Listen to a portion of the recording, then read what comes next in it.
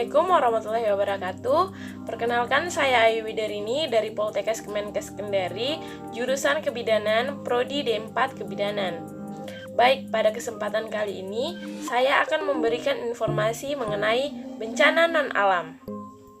Bencana non-alam adalah bencana yang diakibatkan oleh peristiwa atau rangkaian peristiwa non-alam yang antara lain berupa gagal teknologi, gagal modernisasi, epidemi, dan wabah penyakit. Bencana non-alam ini memiliki berbagai macam. Yang pertama, kejadian luar biasa atau KLB. KLB adalah timbulnya atau meningkatnya kejadian kesakitan atau kematian yang bermakna secara epidemiologis pada suatu daerah dalam kurun waktu tertentu.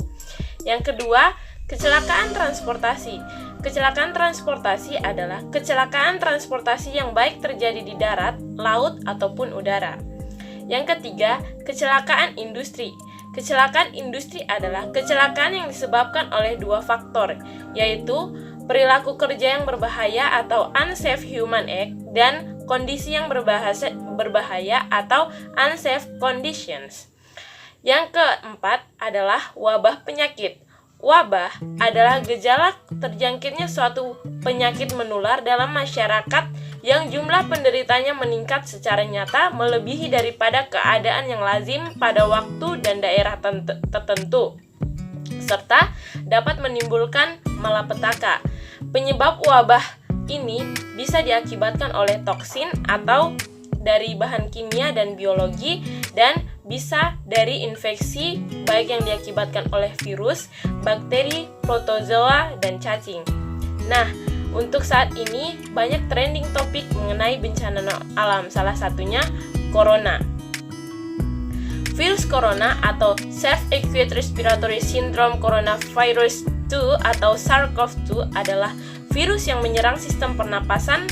Penyakit ini diakibatkan karena virus ini yang biasa disebut dengan COVID-19. Virus corona bisa menyebabkan gangguan pada sistem pernapasan, pneumonia akut, sampai dengan kematian. Virus ini bisa menyerang siapa saja. Nah, infeksi virus ini disebut dengan COVID-19 dan pertama kali ditemukan di Wuhan, negara Cina, pada akhir Desember pada tahun 2019. Virus ini menular dengan cepat dan telah menyebar ke wilayah lain dari Cina dan bahkan ke beberapa negara, bahkan Indonesia sendiri sudah mengalami namanya tersebar COVID-19. Hal ini membuat beberapa negara di luar negeri menetapkan kebijakan yang biasa kita kenal sekarang lockdown. Dan lockdown ini diterapkan dalam rangka mencegah penyebaran virus corona. Lantas, apa saja gejala dari virus corona ini? Gejala awal infeksi virus corona ini bisa berupa gejala flu seperti demam, pilek, batuk kering, sakit tenggorokan, dan sakit kepala. Setelah itu, gejala bisa memberat. Pasien bisa mengalami demam tinggi, batuk berdahak, bahkan berdarah, sesak nafas, nyeri dada. Gejala-gejala tersebut muncul ketika tubuh bereaksi untuk melawan virus corona ini. Namun, secara umum ada 3 gejala yang bisa kita mendiagnosa bahwa terkena virus corona, yaitu yang pertama, demam, di mana suhu lebih dari 38 derajat Celcius, mengalami batuk, dan mengalami sesak napas. Dampak positif dari COVID ini adalah yang pertama, lebih peduli dengan kesehatan. Mengapa demikian? Pemberitaan mengenai wabah virus corona COVID-19 ini memang membuat panik di sejumlah negara.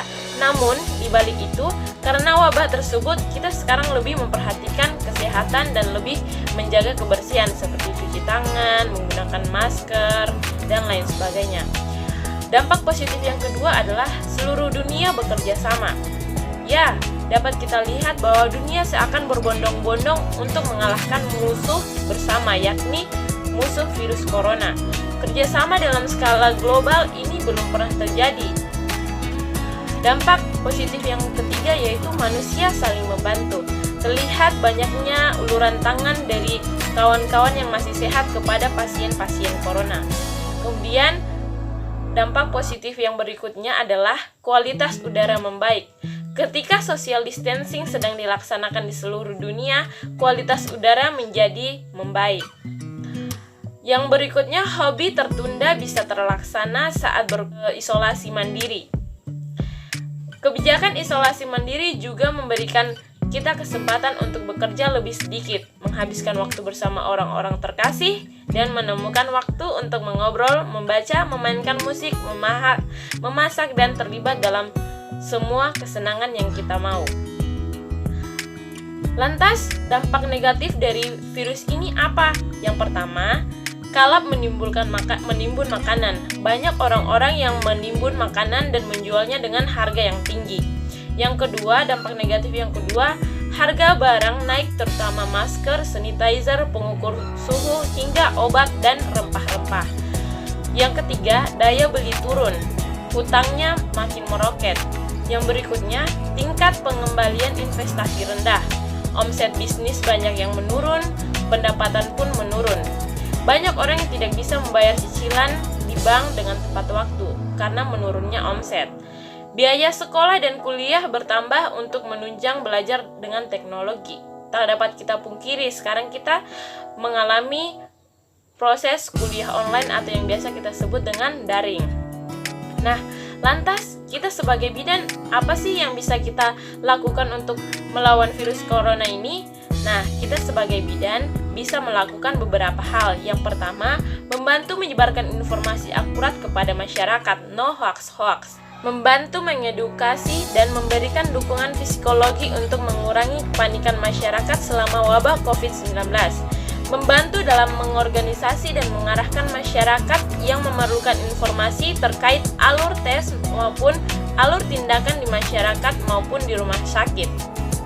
Membantu dalam memantau dan memberikan informasi yang dibutuhkan oleh ODP yang melaksanakan karantina rumah. Membantu dalam menyalurkan kebutuhan pokok masyarakat khususnya untuk ODP dalam karantina rumah maupun kelompok rentan. Untuk relawan medis seperti kita dapat memberikan dukungan kepada para dokter sesama tenaga medis.